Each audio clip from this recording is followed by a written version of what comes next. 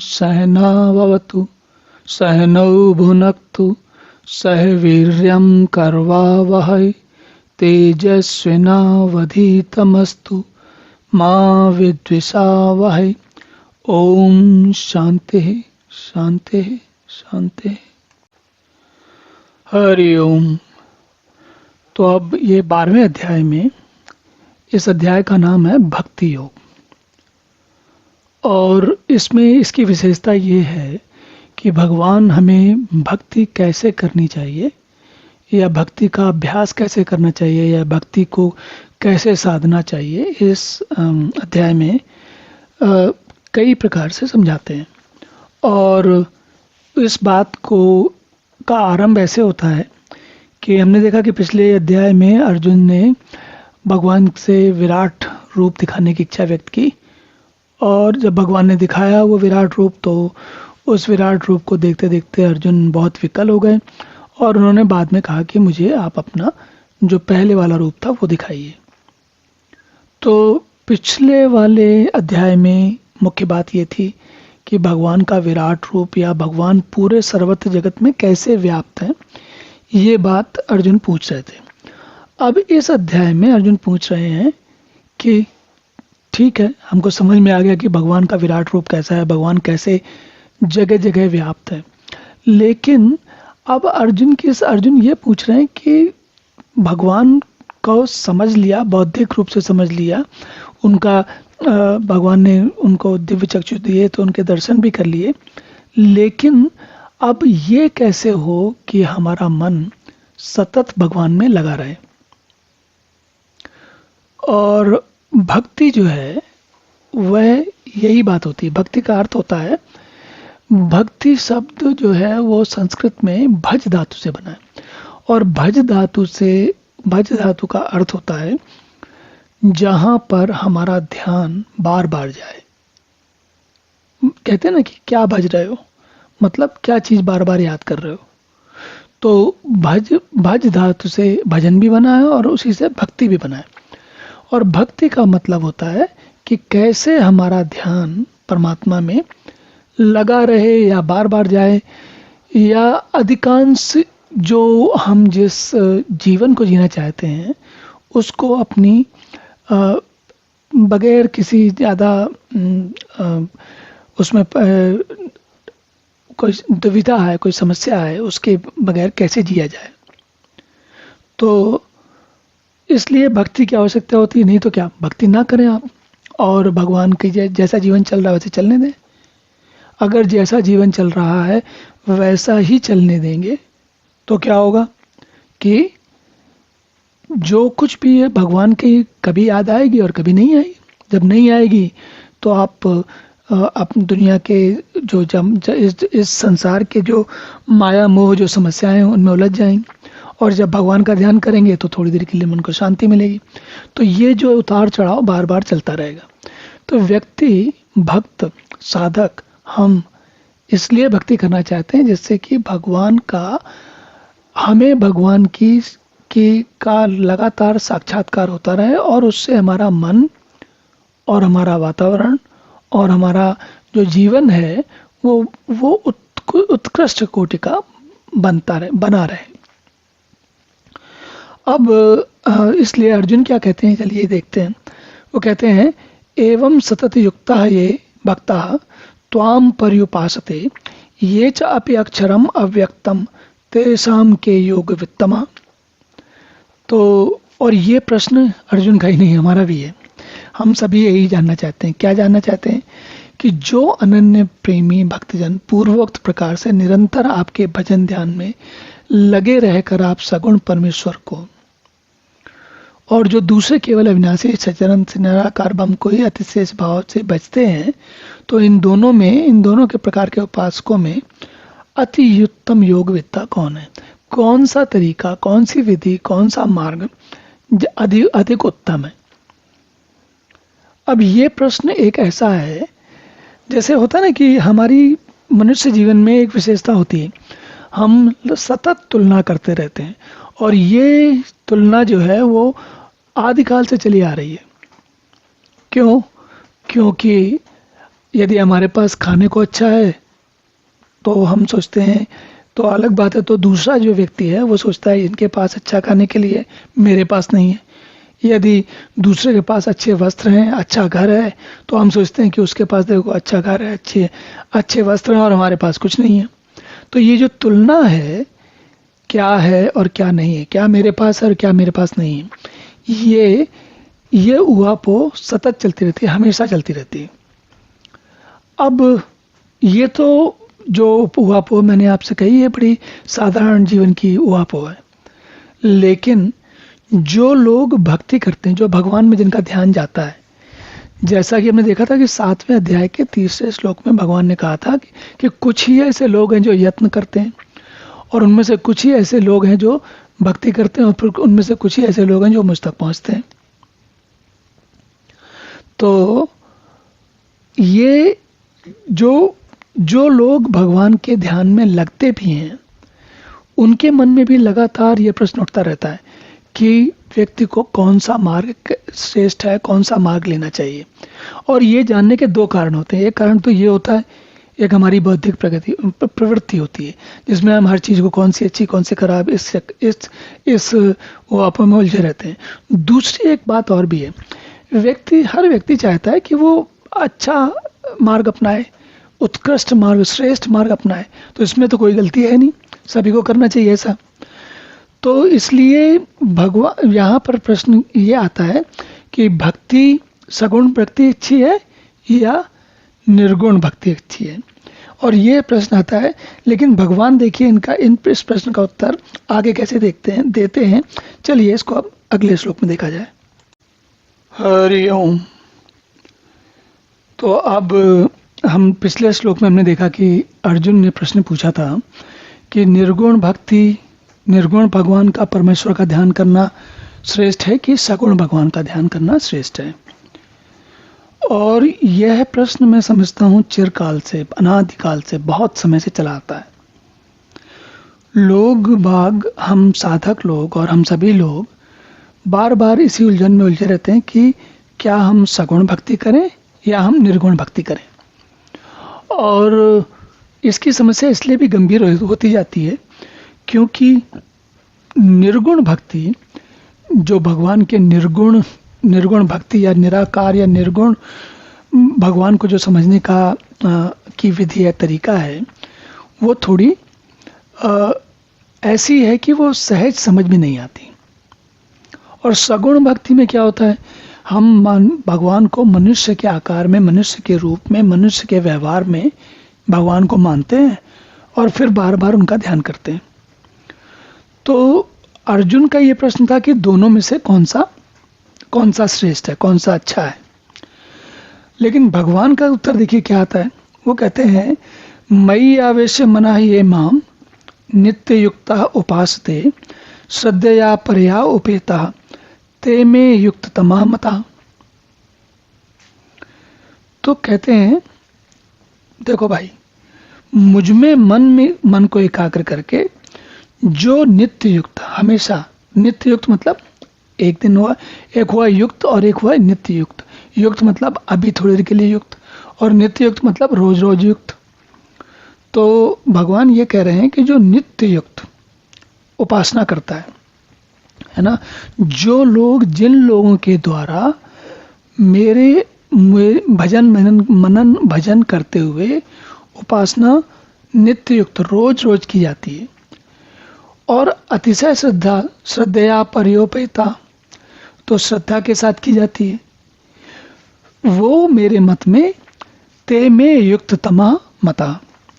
तो ये कह रहे हैं कि भाई तुम जो कुछ भी सोच रहे हो, है ना, तुम जो कुछ भी सोच रहे हो, तुम ये सोच रहे हो कि ये अच्छा या वो अच्छा, ऐसा नहीं है। काम की बात तो ये है कि रोज उपासना करो, श्रद्धा के साथ उपासना करो, और सारी जो ध्यान है वो मुझ में लगा हो, तब तुम्हारा भला होगा। तो भगवान ये साफ साफ समझा रहे हैं कि वो कहते हैं, भाई देखो, चाहे सगुण करो चाहे निर्गुण करो, वो अलग बात है, लेकिन करो क्या, नित्य प्रति करो। अब भजन जो सगुण की साधना है, जैसे सगुण की साधना में क्या है, जैसे भगवान का ये चित्र दिख रहा है आपको, इस चित्र को देखकर हम भगवान के बारे में सोचें और उनके गुणों के बारे में सोचें, उन्होंने कैसे क्या क्या लीलाएं की उनके बारे में सोचें और उनका ध्यान करें। और निर्गुण वाले में क्या है?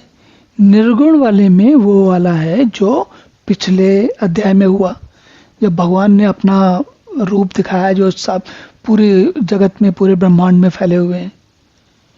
उसमें से जो सब लोग उसमें मरते जा रहे हैं, उस बात को हमें भूल जाना चाहिए। वो बात अर्जुन के लिए अधिक उपयुक्त थी, हमारे लिए उतनी उपयुक्त नहीं है। मरने का कार्यक्रम, मृत्यु हमारे लिए भी उतनी ही अटल है जितनी अर्जुन के लिए, या जितनी कौरव पांडवों के योद्धाओं के लिए थी उतनी हमारे लिए भी अटल है। लेकिन विश्व रूप की विशेषता ये है कि वो भगवान का एक ऐसा रूप है जो सब जगह व्याप्त है। विश्व रूप, विश्व में है। विराट और विश्व तो बड़ा है और पूरे विश्व में है। तो जो निर्गुण साधना होती है उसमें हम भगवान को मानवीय आकार की तरह सीमित नहीं मानते, बल्कि उसमें हम भगवान को हर सर्वत्र व्याप्त मानते हैं और उनके उस प्रकार के तदनुरूप जो गुण हैं उनको, उनके बारे में बार बार भक्ति और ध्यान, भजन और ध्यान करते हैं। तो भगवान ये कह रहे हैं कि तुम कोई भी मार्ग अपनाओ, लेकिन ऐसा करो जो रोज किया जाए और श्रद्धा से, श्रेष्ठ श्रद्धा से। श्रद्धा की आवश्यकता क्यों है, इसके बारे में हमने पहले भी बात की है। श्रद्धा की आवश्यकता इसलिए होती है कि जब तक भगवान नहीं मिलते, अगर आपको श्रद्धा नहीं होगी तो आप एक दिन करोगे और दूसरे दिन भूल जाओगे, बोलोगे कुछ हो तो रहा नहीं है, तो क्या फायदा, मैं क्यों अपना समय बर्बाद कर रहा हूँ। तो श्रद्धा कहाँ आवश्यक है? श्रद्धा आवश्यक है नित्य प्रति, रोज लगे रहने में। चलिए अब अगला श्लोक देखते हैं। हरि ओम। तो अब भगवान ये बताते हैं कि कौन क्या करता है। जैसे पिछले श्लोक में भक्ति योग और ज्ञान योग की बात हो रही थी कि कौन निर्गुण ब्रह्म को कौन की उपासना कौन करता है और सगुण ब्रह्म की उपासना कौन करता है। अब यहाँ पर पहले भगवान समझा रहे हैं कि कौन कैसा है। तो क्या समझाते हैं? वो कहते हैं ये तू अक्षरम अनिर्देश्यम अव्यक्तम पर्युपासते सर्वत्र गमम अचिंत्यम च कूटस्थम अचलम ध्रुवम। तो भगवान ये कह रहे हैं कि कुछ लोग ऐसे होते हैं। कौन से लोग? जो मन बुद्धि से परे, सर्वव्यापी, अकथनीय स्वरूप और सदा एक रस रहने वाले, नित्य, अचल, निराकार, अविनाशी, सच्चिदानंद घन ब्रह्म को निरंतर एक ही भाव से ध्यान करते हुए भजते हैं। तो ये कौन से वाले? ये निर्गुण वाले हैं। कैसे निर्गुण वाले हैं? देखिए, जिनको परमात्मा मन बुद्धि से परे सर्वव्यापी समझ में आता है और ये समझ में आता है कि उस परमात्मा का कह के किसी को बताया नहीं सकता, अकथनीय है। और निर्देश से, जिसके बारे में निर्देश नहीं कह सकता, बताए। निर्देश देने का अर्थ होता है जैसे हम किसी को निर्देश दें कि तुम पहले 1 किलोमीटर सामने जाओ, उत्तर दिशा में जाओ, फिर आधा किलोमीटर बाएं पूर्व दिशा में जाओ, फिर उसके बाद 1 किलोमीटर 2 किलोमीटर उत्तर दिशा में जाओ। तो ये क्या है? हम किसी को निर्देश दे रहे हैं, कहीं जाना है तो कैसे पहुंचना है। तो जो लोग ये बात समझते हैं कि भगवान को निर्देश देकर नहीं समझा सकता, और जो ये समझते हैं कि भगवान अव्यक्त है, अव्यक्तम, ऐसा मानते हुए जिनके पर्युपासते, जो लोग भगवान को अक्षर अनिर्देश से अव्यक्त मानते हैं और इसके अतिरिक्त वो एक और कुछ और भी चीज़ें मानते हैं। वो क्या कहते हैं कि भगवान सर्वत्र गमम, सब जगह गए हुए हैं। भगवान अचिंत्यम है, उनके बारे में चिंतन नहीं किया सकता। चिंतन नहीं किया सकता मतलब जैसे क्या होता है कि आपके मन में कोई विचार आए कि भाई मुझे किसी स्टॉक में पैसा लगाना है, तो क्या करेंगे? पहले उसके बारे में आप चिंतन करेंगे, आप उसके बारे में पूरा जानकारी हासिल करेंगे, उस जानकारी को समझेंगे, फिर सोचेंगे, अच्छा, चिंतन करते हुए आप उसमें आगे बढ़ेंगे। या फिर आप वैज्ञानिक हैं या कोई ऐसे कारीगर हैं जिसको आपको कोई नई चीज़ बनानी है, तो क्या करेंगे? पहले आप चिंतन करेंगे कि मैं करना क्या चाहता हूँ। तो चिंतन जो प्रक्रिया है, जो क्रिया है, वो बुद्धि का कार्य है। तो भगवान ये जो लोग ये मानते हैं कि भगवान अचिंत्य हैं, इनके बारे में चिंतन नहीं किया सकता। और कूटस्थम, कूटस्थम का अर्थ होता है, कूट का मतलब होता है जो निहाई, जिस पे कि सब कुछ रखा था। जैसे जब कोई चीज, जो चीज सब चीजों का आधार होती है, उसको कूटस्थ कहते हैं। तो भगवान कूटस्थ हैं, मतलब वो सबका आधार है। और अचलम, अचलम मतलब वो चलते फिरते नहीं है। ध्रुवम मतलब अटल हैं, जैसे हैं वैसे हैं, वो हिलते नहीं अपनी जगह से। तो जो इन सब गुणों को समझते हुए भगवान का ध्यान करते हैं, एक कुछ लोग ऐसे होते हैं कि जो भगवान के इस प्रकार के गुणों का ध्यान करते हुए उनको भजते हैं या उनकी भक्ति करते हैं। अब देखते हैं कुछ और लोग कैसे हैं। चलिए वो अगले श्लोक में देखते हैं। हरि ओम। तो भगवान अब आगे कहते हैं, संनियम्य इंद्रिय ग्रामम सर्वत्र संबुद्धया त्रे प्राप्नुवन्ति माम एव सर्वभूत हिते रता। भगवान कहते हैं जो संनियम्य इंद्रिय ग्रामम, इंद्रिय जो इंद्रियों का ग्राम है, मतलब कि जो हमारी इंद्रियां हैं, पांचों इंद्रियां और मन बुद्धि अहंकार, इंद्रियां और मन, उनको सर्वत्र संबुद्धया, उनमें सब में एक जैसा भाव रखते हैं, सारी इंद्रियों को वश में करते हैं और सभी चीजों में एक भाव रखते हैं। और सर्वत्र एक भाव रखते हैं, मतलब सर्वत्र मतलब जो कुछ भी दुनिया में जगत में दिख रहा है, सब में एक ही ब्रह्म भाव, एक ही भूत भाव रखते हैं। एक भाव रखने का अर्थ ये होता है सबको एक जैसा, एक से जुड़ा हुआ मानते हैं। जैसे हमने पिछले श्लोक में बात की थी वायु की, तो वायु का एक ही भाव है। एक ही भाव कैसा है? अगर मैं और आप सामने आमने सामने खड़े हों तो ये नहीं कहा जा सकता कि कहाँ मेरी वायु, कहाँ आपकी वायु। इतना भले कह सकते हैं कि मेरे निकट की वायु और आपके निकट की वायु, लेकिन हम विभाजन नहीं कर सकते। तो क्या हुआ कि वायु जो है एक ही भाव में है। इसी प्रकार स्पेस, अंतरिक्ष, आकाश, आकाश का मतलब हमारे आसपास का जो जगह है, स्थान है। तो जब हम वायु में या धरती पर इधर से उधर चलते हैं तो क्या होता है, हम स्पेस को या आकाश को अलग अलग नहीं कर सकते। उसमें एक ही पूरा स्पेस, पूरा आकाश, पूरा अंतरिक्ष, पूरी जो जगह दिख रही है। यहाँ स्पेस शब्द का अर्थ समझिए, स्पेस का अर्थ अंतरिक्ष नहीं है। स्पेस का अर्थ है जो हमारे आसपास की जो जगह है, जिस जगह में, जैसे अगर हम एक जगह से दूसरी जगह उठ के जाते हैं, हाथ पैर हिलाते हैं, तो हमारा हाथ कहाँ हिलता है? आकाश में हिलता है। आकाश मतलब जो हमारे आसपास की जगह है, इसमें हिलता है। तो यहाँ पर जो ये जगह का अर्थ है वो ये है कि पूरी जगह है, सबकी एक जैसी है। हम ये नहीं कह सकते कि ये मेरी जगह है, ये आपकी जगह है। समझने के लिए थोड़ा सा इसको एक बार फिर से देखते हैं। कैसे? आप मान लीजिए कि किसी स्टेडियम में कोई मैच देखने गए और सीट है आपकी और आपके मित्र की, तो हम जानते हैं कि ये मेरी जगह है और वो दो मेरे मित्र की जगह है, इस तरीके से जानते हैं। या फिर कोई और आपके मित्र आए तो उनकी जगह कोई और है। लेकिन जो स्टेडियम है वो सबके लिए एक जैसा है, या पूरी धरती है वो सबके लिए एक जैसी है, या पूरा जो ये ब्रह्मांड है वो सबके लिए अलग अलग नहीं है। हम इसको, हमारा आकार क्षणिक रूप से अंतरिक्ष में या स्पेस में जगह बनाता है, लेकिन वो उसका विभाजन नहीं कर सकता, अलग अलग नहीं कर सकता। तो स्पेस में क्या है, अंतरिक्ष में क्या है, आकाश में क्या है? एक ही भाव है, सब जगह एक है। तो भगवान ये कह रहे हैं कि जो लोग इंद्रियों के समुदाय को, इंद्रियों को नियंत्रण करके और अपना ध्यान को मुझ में एकत्र करके, बार बार हिलाते नहीं, हटाते नहीं, एक ही जगह टिकाए रखते हैं, वो लोग अलग प्रकार के भक्ति वाले हैं। और ये भगवान ये कह रहे हैं कि दोनों, पिछले वाले भी और ये भी, दोनों ही मुझको ही प्राप्त होते हैं। तो भगवान ये कह रहे हैं, बात समझने की है कि दोनों मार्ग सुलभ हैं, कोई भी आप ले सकते हो, लेकिन लेने के पहले आपको ये सोचना पड़ेगा कि आपको स्वतः कौन सा मार्ग रुचिकर है, कौन सा मार्ग आपको आसानी से समझ में आता है। क्योंकि जब पहले आप आरंभ करेंगे और शुरू से ही समस्या आ गई तो आप आगे बढ़ेंगे नहीं।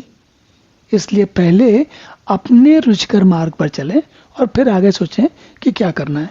चलिए अब अगला श्लोक देखते हैं। हरि ओम। तो अब इस श्लोक में भगवान ये बताते हैं कि जो लोग निराकार ब्रह्म में की साधना करते हैं, निराकार ब्रह्म का ध्यान करते हैं, उनके लिए कुछ कठिनाई अधिक होती है। और कुल मिला के ये समझा जाए तो भगवान ये कह रहे हैं कि जो ज्ञान योग का मार्ग है या जो निरासक्त ब्रह्म का मार्ग है, जिसमें कोई गुण नहीं है, निर्गुण ब्रह्म का मार्ग है, उसको सामान्य लोगों को आम तौर पर सब सरल मना लोगों को समझने में उसमें कठिनाई होती है, आसानी से नहीं कर पाते। क्या कहते हैं इसके लिए? क्लेशः अधिकतरः तेषां अव्यक्ता शक्त चेतसां अव्यक्ता ही गते दुखम देहवद्भिः अवाप्यते।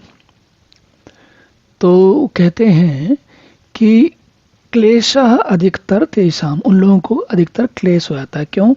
अव्यक्ता शक्त चेतसाम, जो अव्यक्त परमात्मा को, अव्यक्त कौन सा? जो निर्गुण वाला है। देखिए व्यक्त वाला कौन सा? जिसमें हम भगवान को मनुष्य आकार में मानते हैं, जैसे कि भगवान कृष्ण को हम देख के सगुण आकार में मानते हैं और उस प्रकार उनकी साधना करते हैं।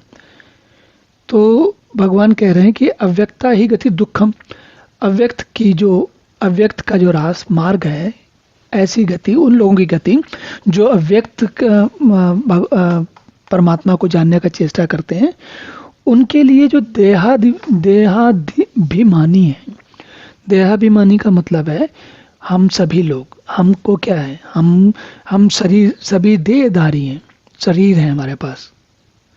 और भगवान ये कह रहे हैं कि जिन्होंने देह धारण की है, जो देहाभिमानी है, जो उनका अभिमान या जो जानते हैं कि उनके पास देह है, उनको तो देह है, तो देह के साथ मन बुद्धि है, और देह और मन बुद्धि सब कुछ है, तो देह से अधिक ये समस्या मन की होती है। मन जो है वो देह के कारण और मन अपनी चंचलता के कारण इधर उधर भटकता रहता है।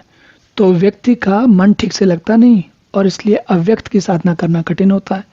जबकि सगुण ब्रह्म में, जैसे कि भगवान कृष्ण हैं, उस ब्रह्म में मनुष्य का आकार है, मनुष्य की लीलाएं हैं, मनुष्य के काम हैं, तो उनमें हमारा मन आसानी से रम जाता है। और रम जाता है इसलिए हमारे लिए वो साधना अपेक्षाकृत सरल होती है, आसान होती है। तो ये बात सामान्य तौर पे बताई गई है, पर ये ऐसा नहीं है कि ये सबके लिए लगती है। जिन लोगों को भगवान ने यही कहा है कि सामान्य तौर पर, सामान्य परिस्थिति में लोगों को नहीं पसंद आती, लेकिन ऐसे बहुत से लोग, ऐसे लोग भी हो सकते हैं जिन्हें यही मार्ग अधिक श्रेयस्कर लगे, जिनके लिए जो सगुण ब्रह्म है उसकी आराधना करना सरल ना हो या उसमें उनकी रुचि ना जमे। सरल कठिनाई की तो बात होती ही नहीं, लेकिन वहाँ पर रुचि की बात, जैसे जो लोग निराकार ब्रह्म की साधना करने में सक्षम हैं, तो उनकी संभवतः ऐसा हो सकता है कि रुचि ना जमे।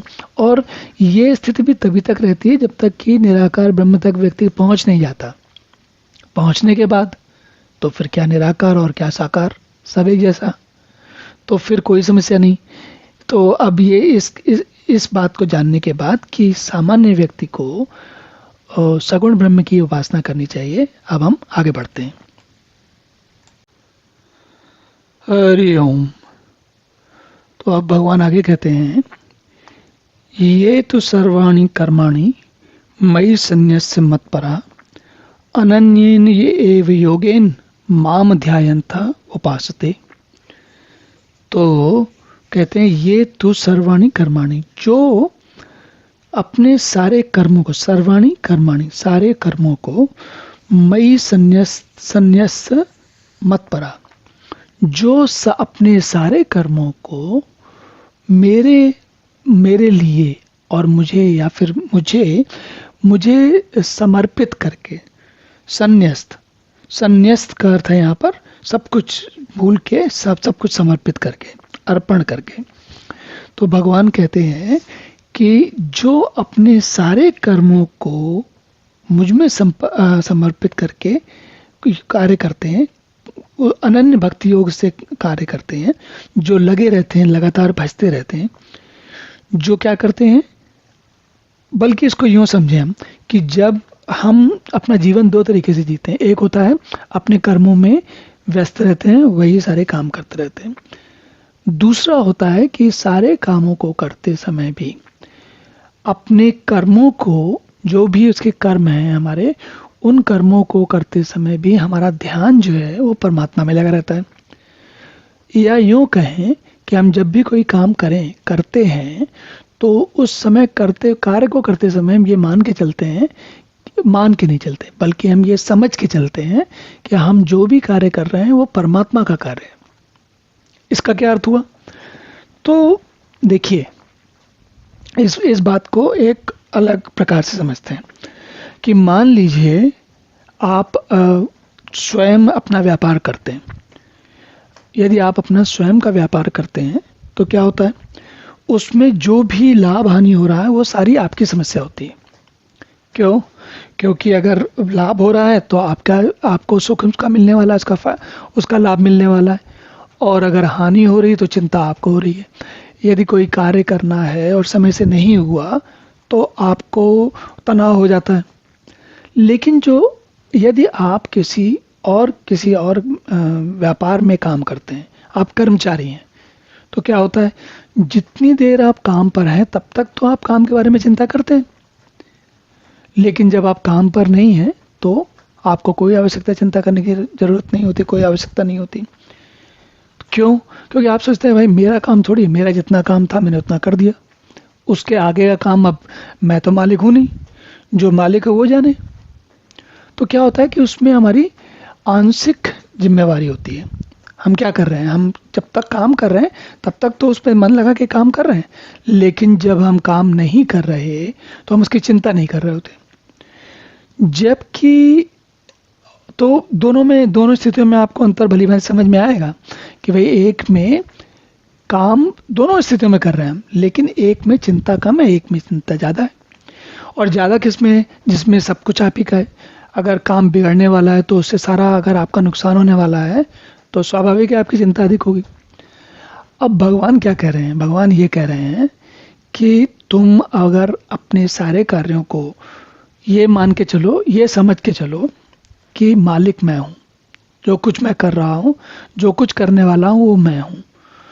तुम्हारा काम तो जितना बताया गया उतना कर दो, जो तुम्हारी क्षमता में है उसे कर दो। और इसी बात को गीता में कई बार कहा गया है। कैसे कहा गया है? कि भाई कर्म कीजिए, कर्म के फलों की चिंता मत करिए। क्या हो रहा है, व्यापारी को कर्म फल की चिंता है और कर्मचारी को कर्म के फल की चिंता उसे भी है, लेकिन उतनी नहीं है जितनी कि व्यापारी को है। तो हम क्या करना चाहिए? इसका मतलब ये है कि हम सभी को कर्मचारी बनना चाहिए। कैसे? किसके कर्मचारी? भगवान के कर्मचारी। और भगवान के कर्मचारी बन के जितनी देर अपना जो काम करें उसको पूरे मन से करें, और जब भूल जाएं तो फिर जो होगा देखा जाएगा। तो इस प्रकार मन में तनाव कम रहता है। और ये तो हुई समस्या का हल ढूंढने की बात। पर मुख्य बात क्या होती है? मुख्य बात केवल इतनी होती है कि जो लोग अपने सारे कार्यों को मुझ में अर्पण करके करते हैं तो उन्हें तनाव होता नहीं, तनाव कम होता है या नहीं होता, तो उनके पास अतिरिक्त समय होता है मेरे गुण रूप पर के बारे में विचार करने के लिए। और जब जिस चीज होता है ना कि जो काम हम करेंगे उसी में तो सफलता मिलेगी। पहले वाले में क्या है, अगर हम अपने काम की चिंता कर रहे हैं और पैसा और नुकसान के चक्करों में उलझे हुए हैं तो हमारे पास भगवान के बारे में विचार करने का वक्त ही नहीं, समय ही नहीं है उनके बारे में सोचने का। तो भगवान यही कह रहे हैं कि जो लोग अपने सारे कर्मों को मुझको अर्पित करके करते हैं वो माम ध्यायन्त उपासते, जो मुझे ध्यान करते हैं, अनन्येन एव योगेन, जो अनन्य योग से ध्यान से लगे रहते हैं, तो ये हमें बात साधारण समझ में आती है। जिसको ज़्यादा समय भगवान के लिए देगा उसे भगवान को प्राप्त करने की संभावना अधिक बढ़ जाती है। चलिए अब अगला श्लोक देखते हैं। हरि ओम। तो अब भगवान आगे कहते हैं, तेषाम अहम समुद्धर्ता मृत्यु संसार सागरात भवामि न चिरात पार्थमयि आवेशित चेतसाम। तो तेषाम अहम समुद्धर्ता मृत्यु संसार सागरात, भगवान कहते हैं जो मृत्यु संसार का जो सागर है, मृत्यु संसार का सागर मतलब जो ये जीवन मृत्यु का चक्र है, जो और सागर क्यों है? सागर इसलिए कहते हैं क्योंकि ये बहुत गहरा है और इसमें हम हमेशा डूबते उतराते रहते हैं। जैसे नदी तो फिर भी पार पाई जा सकती है, लेकिन सागर को पार करके तैर के पार करना तो बहुत कठिन होता है। तो उसी उदाहरण से भगवान कह रहे हैं कि मृत्यु संसार किसको, मृत्यु संसार के सागर से मैं उनका उद्धार कर देता हूं। किसका? जो भवामि नचरात पार्थ, जो सारे कामों को छोड़कर मुझ में चित्त लगाते हैं, जो अपना आवेशित चेतसाम, जिनका सारा ध्यान मई आवेशित चेतसाम, जिनका सारा ध्यान मुझ में लगा हुआ है, उनके लिए मैं मृत्यु संसार से पाकर संसार के सागर के पार पहुंचने की व्यवस्था बना देता हूं। अब ये बात हमने पिछले श्लोक में भी देखी थी। बात यहाँ क्या है कि भाई जो हमको सफलता उस चीज में मिलती है, चलिए कोई ऐसा उदाहरण लेते हैं आज के समय का। जैसे मान लीजिए कि कोई लड़का है, वो क्रिकेट खेलने का बड़ा शौकीन है, या लड़की कोई क्रिकेट खेलने की बड़ी शौकीन है, उनको पसंद आता है, लड़का लड़की दोनों को क्रिकेट खेलना बड़ा आनंद आता है। तो क्या होगा? जो खिलाड़ी या जो लड़का या लड़की जो खिलाड़ी है, जो उसमें बहुत प्रयास करेगा उसको सफलता मिलेगी, स्वाभाविक है। और जो प्रयास कम करेगा उसको सफलता मिलने की संभावना हो भी सकती, नहीं भी हो सकती।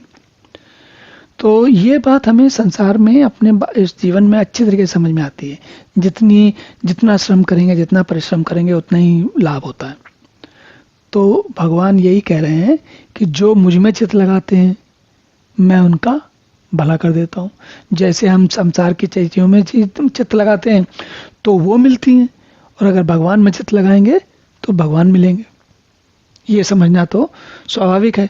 और यहाँ पर भी जो ये देखिए, बार बार याद रखिए, ये भक्ति योग वाला अध्याय है। और भक्ति योग मैंने इस बारे में चर्चा की थी हमने पहले। भक्ति जो है वो भज धातु से बना है, और भज धातु का अर्थ होता है किसी कार्य को बार बार करना। उस पर देखिए, भज धातु का जो वास्तविक अर्थ है वो है कि जो जीवन की जो भी चीजें हैं, जो संभावनाएं हैं, कोई एक संभावना जिसमें हमारा बार बार ध्यान जाए, उसको बोलते हैं भजना। भज धातु का अर्थ होता है किसी काम को बार बार उसकी पुनरावृत्ति करते रहना, आवृत्ति करते रहना बार बार। तो भक्ति का अर्थ क्या है कि हम ऐसा काम करें, जिसमें कोई काम ऐसा करें जिसको हम बार बार करते रहें, तो भक्ति हो गई। अब भगवान क्या कह रहे हैं कि जो मेरी भक्ति करता है उसे मैं मृत्यु संसार के सागर से भेज देता हूँ, और जो संसार के सुख साधनों की भक्ति करेगा उसे संसार के सुख साधन मिलेंगे। जिसको धन की भक्ति होगी धन मिलेगा, जिसको यश की भक्ति होगी उसको यश मिलेगा, और जिसको स्वास्थ्य चाहिए उसको स्वास्थ्य मिलेगा, और जिसको आराम चाहिए उसको आराम मिलेगा। लेकिन जो मुझे बजेगा वो मुझे मिलेगा। चलिए अब अगला श्लोक देखते हैं। हरि ओम। तो भगवान अब आगे कहते हैं, मयि एव मन आदत्स्व मयि बुद्धिम निवेशय निवस्यसि मयि एव अत ऊर्ध्वम न संशया। तो भगवान कहते हैं, मयि एव मन आदत्स्व, मुझ में मन को आधारित करो, लगाओ, और मुझ में मयि बुद्धिम निवेशय, मुझ में बुद्धि भी लगाओ। तब क्या होगा? इसके जब मुझ में मन और बुद्धि लगाओगे तो निवस्यसि मयि एव अत, तो ऐसा करने पे क्या होगा कि तुम्हारा आधार है, तुम मुझ में निवास करोगे, और इस बात में कोई संशय नहीं आता है। ऊर्ध्वम न संशय। देखिए, ये बात हम पिछले श्लोक में भी हमने की थी और अभी फिर से कर रहे हैं। ये बात सबको समझ में बड़ी आसानी से आती है। क्या आती है? हम इस जीवन में आज के समय में हम परिश्रम का फल भली भांति जानते हैं। जितने भी सफल लोग हैं, जो आईएएस बनते हैं, जो अच्छे नेता बनते हैं, जो अच्छे वैज्ञानिक बनते हैं, जो अच्छे डॉक्टर इंजीनियर बनते हैं, जो अच्छे वकील बनते हैं, वो क्या करते हैं? उनका मन और बुद्धि उसी कार्य में लगे रहते हैं। और जो बहुत अच्छे, जो जिनका व्यापार बहुत सफल होता है, वो क्या होता है? उनका भी तो वही होता है। वो बार बार सोचते हैं कि कहाँ से हमको और व्यापार मिलेगा, कहाँ से कैसे कैसे लोगों से बात करें, किन से मिलें। क्या कर रहे हैं वो? अपना मन और बुद्धि व्यापार में लगाए हुए।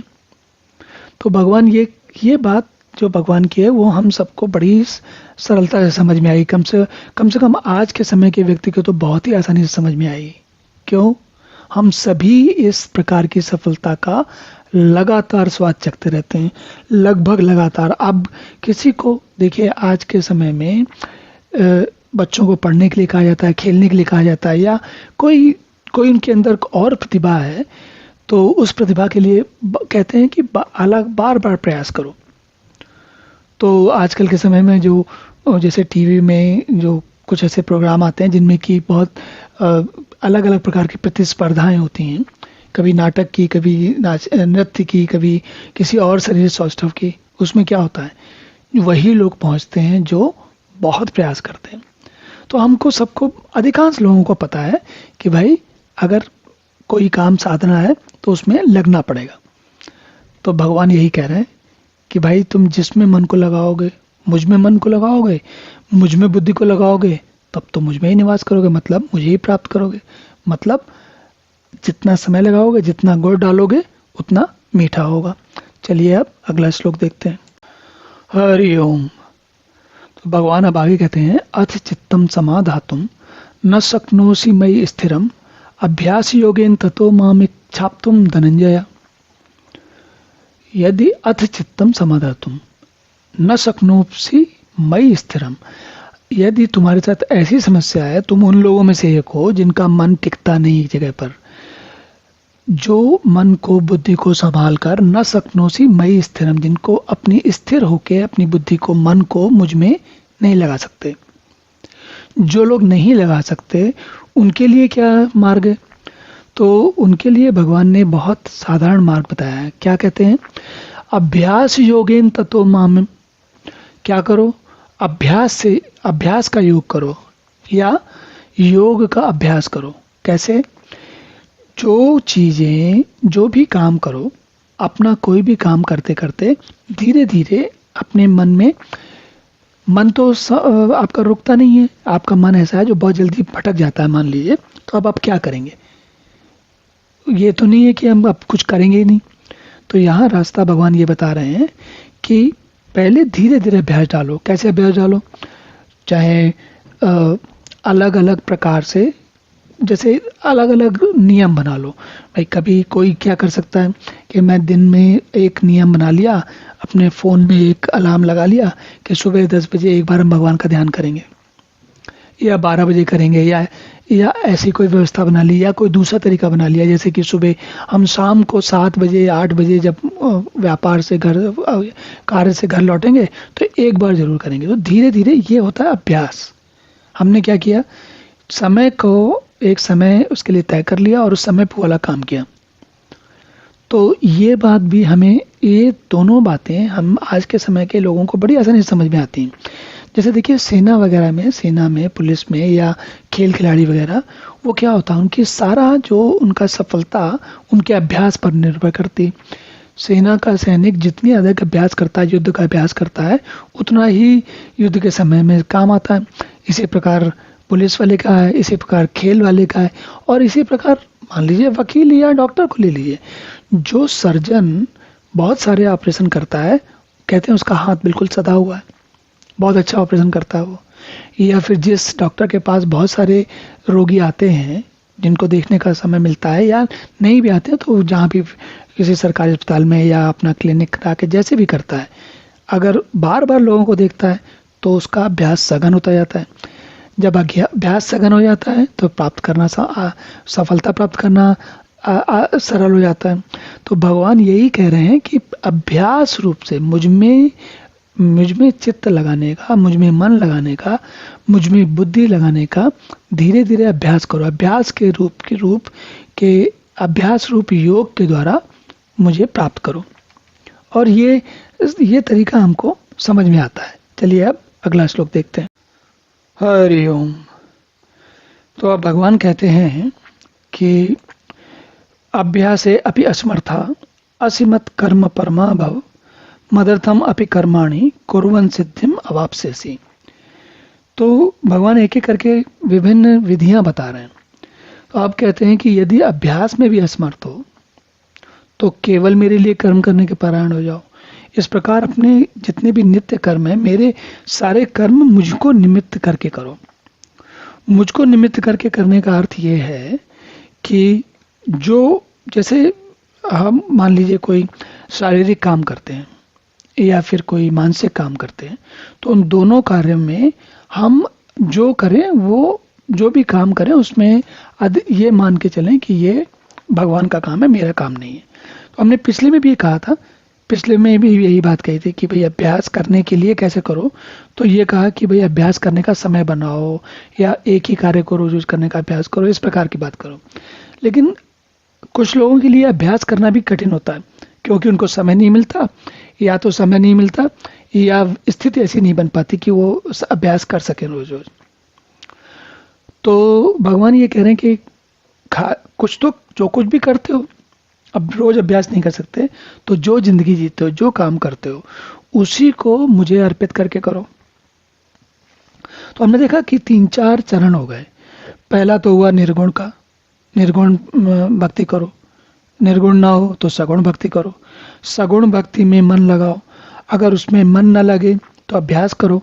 अभ्यास भी ना लगे तो जो काम करो वो मुझे अर्पित करके करो। कम से कम ये समझने की बात यह है कि छोटे थोड़े से शुरुआत करो। धीरे धीरे से जब थोड़ा आगे बढ़ोगे, जब एक कार्य कर पाओगे, थोड़ा उसमें आगे बढ़ोगे तो फिर आगे की समझ में आएगी वो, और अगली सीमा, अगले सीढ़ी पे पहुंचोगे तो फिर अगली सीमा और सीढ़ी आएगी। इस प्रकार अलग अलग सीमाएं होती हैं और अलग अलग सीढ़ियां होती हैं। तो इस प्रकार चलते चलते सीढ़ी एक के बाद एक सीढ़ी चढ़ते हुए आगे बढ़ने का प्रयास करना चाहिए हमको। तो ये भगवान इस अध्याय में हमको विधि बता रहे हैं, कैसे भगवान की साधना, भगवान का ध्यान, भगवान में भक्ति कैसे करनी चाहिए। चलिए अब अगला श्लोक देखते हैं। हरि ओम। तो अब भगवान इस श्लोक में आगे कहते हैं, अथ एतत् अपि अशक्ता असि कर्तुम मद्योगम आश्रितः सर्व कर्म फल त्यागम ततः कुरु यतात्मवान। देखिए, कहते हैं कि यदि तुम ऐसी स्थिति है कि तुम कुछ भी नहीं कर पा रहे, ये जो पीछे के 4-5 चीजें बताई थी उनमें से कुछ भी नहीं कर पा रहे, और ये स्थिति हो रही है कि कुछ मामला, कुछ भी बात आगे नहीं बढ़ रही। अथ एतत् अपि अशक्ता, इनमें से कुछ भी करने के लिए आप अशक्त हो, नहीं कर पा रहे, और कर्तुम मद्योगम आश्रितः। तो भगवान कह रहे हैं कि ठीक है, थोड़ा थोड़ा ही सही मुझ में आश्रित होकर, मुझ पर भरोसा करके, मेरा आश्रय लेकर जो भी कार्य करो उसमें कम से कम सारे जो कर्म फल हैं, कर्मों के फल हैं, जो भी कार्य करो उसके फल का त्याग कर दो, फल मुझे समर्पित कर दो। तो ये देखिए, अलग अलग स्तर की चीजें भगवान ने बताई हैं, क्योंकि हम सभी अलग अलग प्रकार के स्वभाव के, मन बुद्धि के और परिस्थिति के लोग होते हैं। इसलिए एक नियम सब पर नहीं लगता, और नहीं लगता तो वो अलग अलग श्रेणी के, अलग अलग स्थिति के लोगों का, अलग अलग परिस्थिति वाले लोगों का। आपने देखा होगा कभी कभी वही व्यक्ति है, उसका मन जो है उस दिन स्थिर नहीं होता, एक दिन नहीं होता, रोज रोज ऐसा नहीं होता, लेकिन कभी कभी मन स्थिर नहीं होता। और कभी कभी जो अभ्यास करना चाहते हो वो अभ्यास भी नहीं हो पाता, और कभी कभी सारी सुविधाएं होने के बाद भी कुछ जो काम कर रहे हैं उसमें भी बार बार मन भटकता है, उद्विग्न होता है, बार बार भटकता है, बार बार चिंता लगती है, कभी कोई मन में उलझन होती है, तब ऐसा होता है। तो भगवान ये कह रहे हैं कि जब ऐसी स्थिति आए, कुछ ना कर पाओ, तो कम से कम कर्म फल का त्याग कर दो। अब कर्म फल का त्याग कैसे होगा? तो कर्म का फल, हम जानते हैं कि कर्मों के जो फल की आशा होती है, कोई काम करना है और जैसे होता है ना, कोई ऐसा काम करना हो जिसमें कि भला बुरा बिगड़े या ना बने, चाहे बने बात बने और चाहे बिगड़ जाए, कोई चिंता नहीं हो, तो उस स्थिति में जो खेला गया मैच होता है, चाहे टेनिस का मैच हो चाहे क्रिकेट का मैच हो, क्या कहते हैं ना, एग्जीबिशन मैच, उसमें क्या होता है, उसमें कोई प्रतियोगिता नहीं होती, उसमें ऐसा नहीं होता कि कौन जीतेगा कौन हारेगा, या किसको पैसा मिलेगा किसको पदक मिलेगा किसको, वो नहीं झंझट होता। लेकिन खेलने के लिए खेल रहे हो, तो कभी कभी ऐसा होता है कि बड़े जो अच्छे खिलाड़ी होते हैं या स्टार वगैरह लोग होते हैं, वो लोग खेलते हैं, तो क्या खेलते हैं, मनोरंजन के लिए खेलते हैं, वहाँ कोई कर्म फल की इच्छा नहीं, उनको ये आशा नहीं है कि वो जीत जाएंगे तो कोई बड़ा पदक मिलेगा कि नहीं मिलेगा, लेकिन खेलने के लिए खेलते हैं, ताकि वो चैरिटी मैच भी कहते हैं उसको। तो कुल मिला के बात ये क्या समझ में आई भाई, ऐसा होता है कि कभी कभी जब हमको ऐसी स्थिति हो जाए कि जो काम हम करने वाले हैं उसका हो जाए ठीक से या ना हो ठीक से, दोनों स्थितियों में कुछ फर्क नहीं पड़ने वाला हो, कुछ अंतर नहीं पड़ने वाला हो, तब क्या होता है, आप देखेंगे कभी कभी तब बहुत अच्छा काम होता है। तो भगवान ये कह रहे हैं कि अगर मेरा ख्याल, मेरे बारे में तुम्हें विचार करना है, ध्यान करना है, मुझ में मत पर होना है, मुझ में आश्रित होना है, मुझ में समाना है, मुझ में सारा ध्यान लगाना है, और वो नहीं हो रहा, तो कम से कम कर्मों के फलों का त्याग करो और फिर अपने जीवन को धीरे धीरे आगे बढ़ाओ। चलिए अब आगे देखते हैं। हरि ओम। तो अब भगवान आगे कहते हैं, श्रेय ही ज्ञानम अभ्यासात, ज्ञानात ध्यानम विशिष्यते, ध्यानात कर्म फल त्यागा, त्यागात शांति अनंतरम। तो भगवान बताते हैं कि जो जैसे हम कोई काम करते हैं और उस काम को करने का कारण नहीं मालूम, हमको ये नहीं पता कि हम क्यों कर रहे हैं, उस कार्य से क्या लाभ या क्या फल मिलने वाला है, क्या होने वाला है, अगर हमको नहीं पता, तो उससे उत्कृष्ट, उससे अच्छा क्या है, ज्ञान श्रेष्ठ है। ज्ञान किस बात का, ये जानना कि क्या कर रहे हैं और क्यों कर रहे हैं, और ज्ञान इस प्रकार से किया हुआ काम अच्छा माना जाता है। और भगवान ये कहते हैं कि ज्ञान से अच्छा परमेश्वर का ध्यान श्रेष्ठ है, ध्यानाथ, और ध्यान से श्रेष्ठ है कर्म फल का त्याग करना, क्योंकि कर्मों के फल का त्याग करने से सबको से ही शांति मिलती है। तो शांति की ऐसी क्या आवश्यकता है, क्या जरूरत है हमको, क्यों शांति के पीछे पड़े हम लोग? शांति मर्म को ना जानकर किए हुआ अभ्यास से ज्ञान श्रेष्ठ है, ज्ञान से परमेश्वर का ध्यान, ध्यान से फल का त्याग, और फल के त्याग से परम शांति। तो ये सीढ़ी है, एक के बाद एक चीजें मिलती आती। कैसे मिलती आती? तो हमें शांति क्यों चाहिए? शांति इसलिए चाहिए क्योंकि शांति दो कारण चाहिए। एक तो शांति नहीं होती तो इसका मतलब क्या, अशांति है।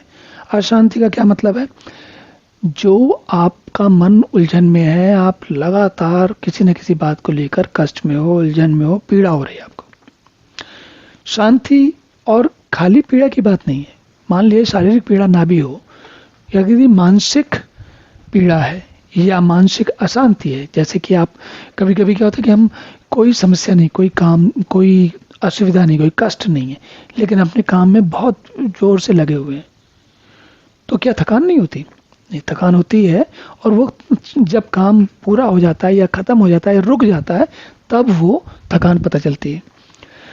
तो बात ये है कि अगर कोई भी काम करते समय शांति बनी रहे तो थकान कम होती है। और अगर हमें जीवन के किसी भी क्षेत्र में आगे बढ़ना है, या फिर हमें जीवन का आनंद लेना है, अशांति और शांति का मुख्य अंतर हमें ये इस तरीके से समझ सकते हैं। एक में आपको पता है कि भाई हमारे आसपास जो कुछ घट रहा है वो ठीक है, हम नियंत्रण में हैं, हमें कुछ ज़्यादा ऊहापोह नहीं है। एक अशांति तब होती है जब जब हम किसी न किसी चीज़ के पीछे लगातार लगे हुए हैं और हमारे पास अपने यानी कि शांति से बैठ के सोचने के लिए या विश्राम करने के लिए या जीवन का आनंद लेने के लिए समय ही नहीं है। तो भगवान क्या कह रहे हैं, वो जो शांति है वो त्याग से मिलेगी। त्याग भी किसका? कर्मों के फल का त्याग। और कर्मों का फल का त्याग कब कर सकते हो आप? जब आपको ये पता हो कि जो कुछ भी कार्य आप कर रहे हो उसमें जितनी भी क्षमता लगाओ, लेकिन जरूरी नहीं है कि आप सही निष्कर्ष तक या सही उद्देश्य तक पहुंच पाओ। और अगर आप अपने आप को आप इन सब चीज़ों से तटस्थ हो जाते हो तो क्या होता है, जो भी कार्य करना है एक तो अच्छा होता है और दूसरे उस कार्य को करने में कष्ट नहीं होता। तो भगवान को जानने की जो चेष्टा होती है, अगर आपका जीवन कष्टों में उलझा हुआ है तो भगवान के बारे में स्मरण नहीं आता, याद नहीं आता, या आता भी है तो आर्त भाव में आता है कि किसी प्रकार हमारा समस्याओं से छुटकारा हो। भगवान उस प्रकार के छुटकारे की बात नहीं कर रहे हैं। भगवान कह रहे हैं जब आप सुख और आनंद की स्थिति में हो, और उसके लिए कब होता है, वो कैसे होता है, वो कर्मों के फल के त्याग से होता है। चलिए अब अगला श्लोक देखते हैं। हरि ओम। तो भगवान अब आगे कहते हैं, अद्वेष्टा सर्वभूतानां मैत्रः करुणा एव च निर्ममः निरहंकारा समदुःख सुख क्षमी। तो अब ये एक दो श्लोक में भगवान जो है ये बता रहे हैं हमको कि किस प्रकार के लोग, किस प्रकार के भक्त भगवान को रुचकर हैं, पसंद आते हैं, जो जिनको कहते हैं कि वो मेरे भक्त हैं और उनको मुझे उस प्रकार के भक्त प्रिय हैं। प्रिय का जब भगवान ये कहते हैं कि इस प्रकार का भक्त मुझे प्रिय है, इसका अर्थ, सीधा अर्थ ये होता है कि वैसा भक्त उसे भगवान जल्दी मिलते हैं। और ये बात गीता में कई बार कही गई है। भगवान कहते हैं कि ऐसा भक्त मुझे प्रिय है, वैसा भक्त मुझे प्रिय है। तो जब आप देखें कि किस प्रकार, जब कहते हैं, भगवान कहते हैं मैं प्रिया, जब कहते हैं मैं प्रिया, तो समझ लीजिए कि ये हमारे लिए एक संकेत है कि उस प्रकार की चेष्टा हमारे मन में या उस प्रकार का भाव हमारे मन में होना चाहिए। कैसे? तो कहते हैं अद्वेष्टा सर्वभूतानाम, जिसका सारे भूतों से, सर्वभूतानाम मतलब सारे प्राणियों से कोई द्वेष नहीं है, जिसको सबसे मैत्री है, जिसको सबके प्रति करुणा है, और जो निर्मम का अर्थ होता है जिसको ममता का भाव नहीं है, मैं और मेरा, तो वो उसके लिए सब लोग एक जैसे, कोई ऐसा नहीं कि ये मेरा है और वो मेरा नहीं है। मेरे में समस्या ये होती है, जब हम निर्मम कहते हैं तो निर्मम का अर्थ होता है निमम, मतलब कि जो ये मेरा नहीं है। तो निर्मम ऐसा क्यों, उससे क्या लाभ, क्या निर्मम क्यों होना चाहिए? देखिए, जब हम कोई एक को अच्छा मानते हैं, अपना मानते हैं, और दूसरे को अच्छा नहीं मानते, तो क्या होता है, जिसको हम अच्छा मानते हैं उसको कोई कष्ट हुआ तो हमें कष्ट, उसको कोई सुख हुआ तो हमें सुख। और देखिए, जो हमें अच्छा लगता है उसको कोई कष्ट हुआ तो हमें कष्ट होता है। इसी प्रकार जो हमें अच्छा नहीं लगता उसे कोई कष्ट होता तो हमें सुख मिलता है। तो क्या हुआ कि हाँ, मैं अपने जिन लोगों को, जिनसे मुझे प्रेम है या जिनसे द्वेष है, वो मेरे जीवन का नियंत्रण करने लगते हैं, वो अपने कार्यों से मुझे प्रभावित कर रहे हैं। तो वो जब अपने कार्यों से मुझे प्रभावित कर रहे हैं तो क्या है, मेरा मन चंचल क्यों हो रहा है? आप देखेंगे अधिकांश मन जब चंचल होता है तो हमने किसी के साथ क्या कहा या किया, या किसी ने हमारे साथ क्या कहा या किया, इसी बात में मन उलझा रहता है अधिकांश।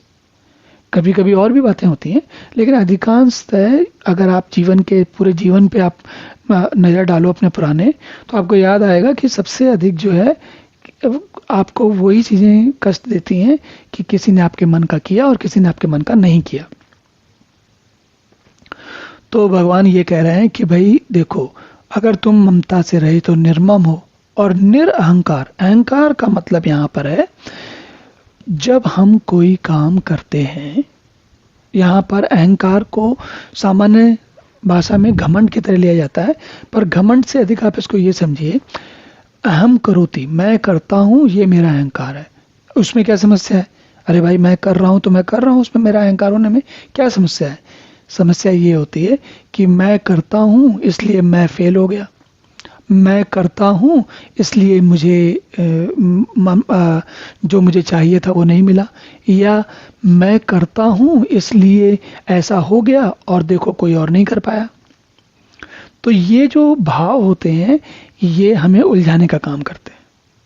इन भावों में हम उलझे रह जाते हैं और इन भावों से कि मैंने ऐसा किया, मैंने वैसा, आपने देखा होगा कभी कभी कई लोग होते हैं जो बहुत बताते हैं कि मैंने बहुत ये अलग अपने कामों के बारे में बहुत सारे बड़े बड़ी बातें बताते हैं। तो क्या होता है, जब वो बार बार बातें ऐसी बता रहे होते हैं तो होता क्या है, वो अपने उन्हीं कामों की प्रशंसा में उलझे रहते हैं और भगवान के बारे में भूल जाते हैं। और यदि हमको कोई ऐसी, यदि हम सब में समभाव रखते हैं, सब में एक जैसा भाव रखते हैं, सब में सबको अच्छा मानते हैं, सबसे प्रेम भाव रखते हैं, सबसे कि ये नहीं है कि एक को किसी को कह रहे हैं कि तुम बहुत अच्छे हो और उसको ऊंचाई पे बैठा के रखा है, और दूसरे को कह रहे हैं तुम बहुत बेकार हो, उसको बिल्कुल नीचे बैठा के लात मार रहे हैं। तो वो स्थिति अगर हम नहीं करेंगे, करेंगे नहीं, ऐसा नहीं है कि हम हमारे सीधे सीधे हमारे वश में नहीं है, ऐसा नहीं कि हम जो चाहें वो कर लें, लेकिन अगर हम धीरे धीरे उस स्थिति को पहुंचेंगे तो क्या होगा कि भगवान को इन कार्यों को करने से हमारा मन शांत होगा, और मन शांत होगा तो भगवान का ध्यान करना सरल हो जाएगा। चलिए अब देखते हैं कि भगवान और क्या कारण बताते हैं जिनसे भगवान की तरफ भगवान को जानने में सुविधा मिलती है। अगले श्लोक में देखते हैं। हरि ओम। भगवान अब आगे कहते हैं, संतुष्टः सततम योगी यतात्मा दृढ़ निश्चया मयि अर्पित मनोबुद्धि यह मद भक्ता स मे प्रिया। देखिए, पिछले बार भगवान बता रहे थे कि जो सब में समभाव रखता है, सब में मैत्री रखता है, सब में करुणा रखता है, सब में निर्मम भाव रखता है, और जो निरंतर संतुष्ट है, मन यतात्मा, दृढ़ निश्चय, जो मन अपने, जिसकी आत्मा दृढ़ निश्चय के साथ अपने इंद्रियों, शरीर को, मन को वश में करते हुए मुझ में दृढ़ निश्चय रखता है, जो उसका सारा ध्यान देखिए, दृढ़ निश्चय का अर्थ होता है, विशेष यहाँ पर अर्थ है, दृढ़ निश्चय का अर्थ है कि आपका निश्चय बार बार भटकता नहीं है, और मुझ में अर्पण किए हुए मन बुद्धि वाला। तो भगवान यहां जरा थोड़ा ध्यान देते हैं, ये बात क्यों कही जा रही है कि मुझ में दृढ़ निश्चय वाला है। ये बात संभवतः आज के समय में बहुत महत्वपूर्ण हो सकती है। आज के समय में विज्ञान की कृपा से, विज्ञान के लाभ से, विज्ञान के उपलब्धियों से हमारे बहुत सारे कार्य सुविधापूर्वक हो जाते हैं जो कि पहले नहीं होते थे। तो उन सुविधाओं की जो संख्या है वो बढ़ती जाती है। अब सुविधाओं की संख्या बढ़ती जाती है और हमारा जीवन अधिक से अधिक हमारे नियंत्रण में आता जाता है। तो उससे क्या होता है, एक तो हम उसके कारण, देखिए, सुविधाएं या जो जीवन को चलाने के लिए दिन भर उसमें लगे रहना पड़ता है। अगर आपके पास अच्छी कार है तो उस कार को खरीदने के लिए पैसा चाहिए, पैसा कमाने के लिए काम करना पड़ेगा, ना केवल काम करना पड़ेगा बल्कि आपको जैसा लोग चाहेंगे वैसा काम करना पड़ेगा, या फिर ऐसा काम करना पड़ेगा जिससे आपको लगातार लाभ मिले। तो क्या हुआ, आपका जीवन जो है सुविधा को खोजने के लिए उसी के चक्रव्यूह में फंस गया। लेकिन ऐसे में अगर आप किसी से कहो कि भाई तुम्हारे पास, कभी तुम भगवान का भजन करते हो, ध्यान करते हो, तो व्यक्ति कहेगा कि हाँ करता हूँ, हफ्ते में एक बार करता हूँ या महीने में एक बार करता हूँ, या ऐसा कुछ कहेगा। या ऐसे भी लोग हो सकते हैं जो रोज करते हैं, ऐसा कोई आवश्यक नहीं है कि महीने में एक बार करेगा कि नहीं करेगा रोज। लेकिन क्यों नहीं करते वो? क्योंकि उनको लगता है कि पता नहीं भगवान है भी कि नहीं है। तो यहाँ पर इसी ये समस्या, बड़ा मूलभूत प्रश्न खड़ा हो जाता है कि भगवान है भी कि नहीं है। अगर भगवान है ही नहीं तो हम बेकार में कहाँ धक्का खाएं। इससे तो अच्छा है कि हम अपना कमाएं और खाएं पिएं और सुख साधनों को ढूंढें। तो दृढ़ निश्चय की समस्या यहाँ पर है। हमको अगर ये मन में लगे, यही प्रश्न हमारे मन में मूलभूत उठता रहे कि पता नहीं भगवान है, होते भी हैं कि नहीं होते हैं, तो फिर तुम्हारा निश्चय दृढ़ नहीं है। और जब निश्चय दृढ़ नहीं है तो फिर साधना दृढ़ नहीं है। और जब साधना दृढ़ नहीं है तो कोई सवाल ही नहीं उठता आगे। तो भगवान क्या कह रहे हैं? जो मुझ में दृढ़ निश्चय वाला है, जो मुझ में मन बुद्धि वाला है, वैसा भक्त मुझे प्रिय है। और ये बात तो आप समझ ही सकते हैं भाई, जिसको जो मेहनत करेगा, जो साधना करेगा, जो प्रयास करेगा, भगवान उसी को मिलेंगे। जो इसी उहापोह में उलझा हुआ है कि पता नहीं लोग बाग एक दूसरे को क्या बताते हैं, भगवान होते भी कि नहीं होते, तो उसको भगवान कैसे मिलेंगे? चलिए अब अगला श्लोक देखते हैं। हरि ओम।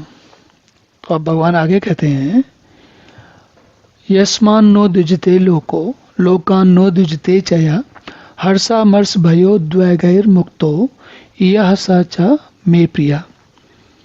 तो इसका अर्थ तो बड़ा साधारण है, लेकिन इसको समझते हैं। जिससे कोई भी जीव उद्वेग को प्राप्त नहीं होता, और जो स्वयं भी किसी जीव से उद्वेग को प्राप्त नहीं होता, और जो हर्ष अमर्ष भय और उद्वेग आदि से रहित है, वह मुझको प्रिय है।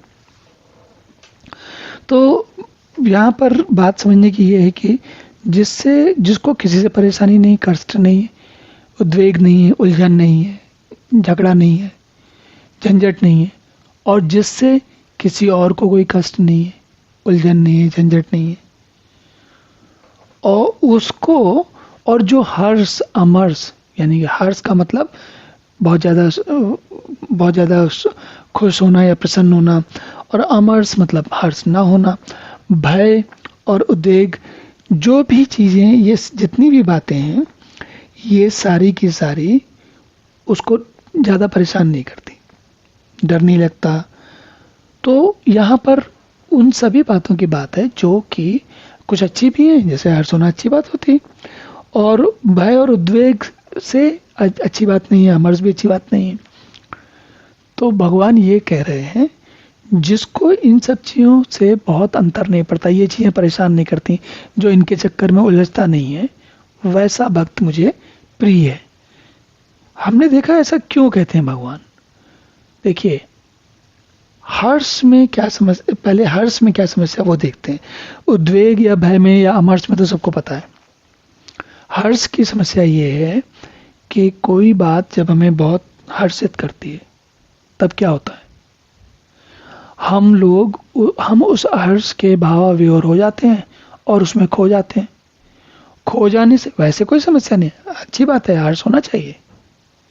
लेकिन फिर क्या होता है, हम हर्ष के उलझन में रहते हैं कि हमें हर्ष रहे, हम हर्ष के तो और अमर्ष ना हो, भय ना हो, उद्वेग ना हो। तो हम क्या चाहते हैं, जो अच्छा है, जो हमें अच्छा लगता वो मिल जाए, जो अच्छा नहीं लगता वो हमसे दूर रहे। और सारा जीवन इसी उहापोह में लगे रहते हैं। जब इस उहापोह में लगे रहेंगे, इन्हीं दो चीज़ों को संभालते रहेंगे कि अच्छी चीज़ जो चाहिए वो मिल जाए, जो नहीं चाहिए वो दूर रहे, तो होगा क्या?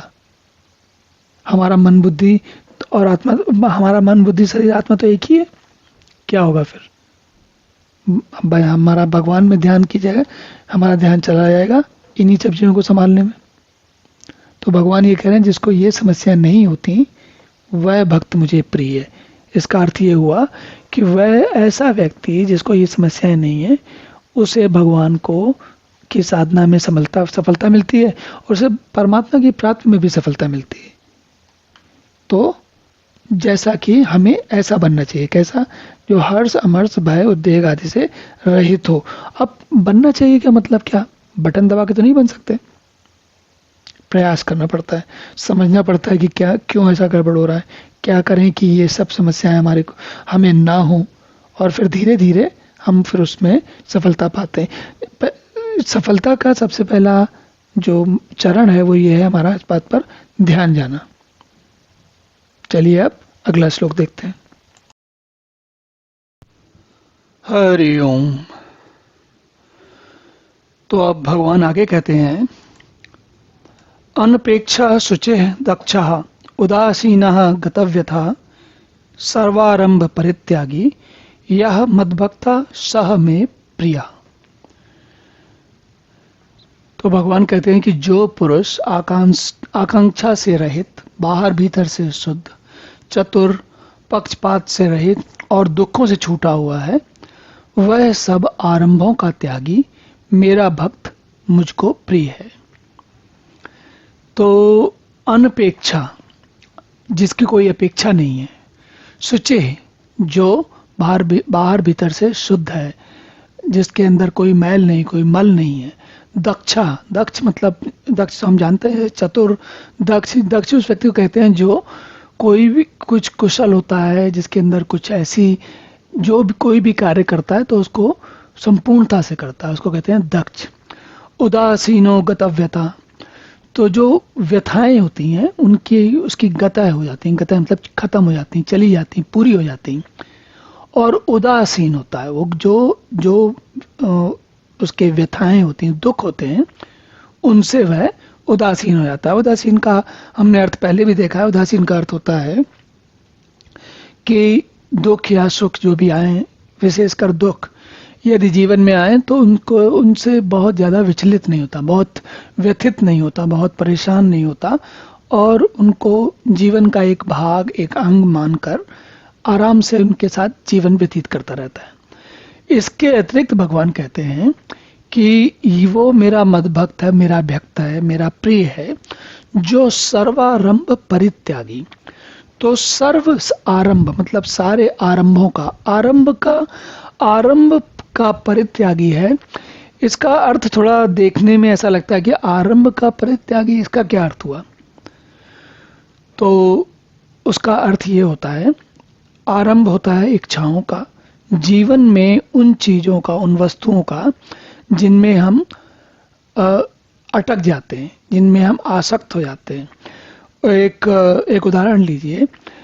मान लीजिए कि हमने हमारे जीवन जैसा भी है चल रहा था और 35-40 वर्ष की आयु हुई, तो अब हमारे मन में एक ऐसा आरंभ हुआ, एक इच्छा का आरंभ हुआ। क्या इच्छा का आरंभ हुआ?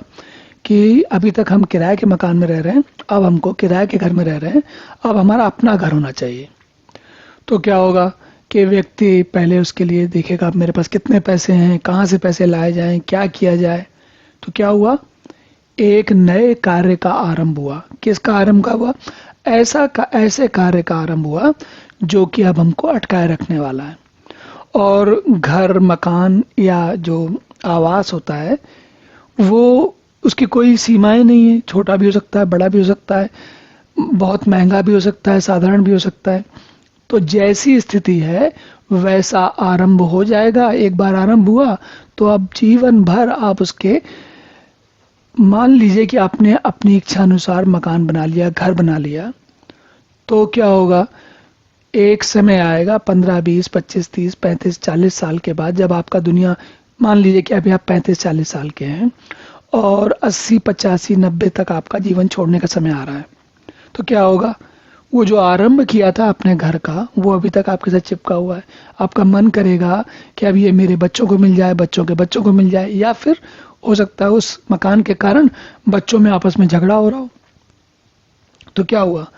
इन सब चीज़ों में जो व्यक्ति उलझा रहेगा, उसका क्या होगा? उसको तो परमात्मा समझ में नहीं आ रहा है, भगवान समझ में नहीं आ रहा है। भगवान कहते हैं कि जिसने इन सब का परित्याग कर दिया है वही मेरा भक्त है और वही मुझे प्रिय है। इसका अर्थ ये है कि जो इन चीज़ों से मन हटा के अब जिसका इन चीज़ों से मन हटेगा उसी का मन मुझ में लगेगा, और इसीलिए वो मुझे प्रिय होगा और मैं उसको प्रिय होऊंगा।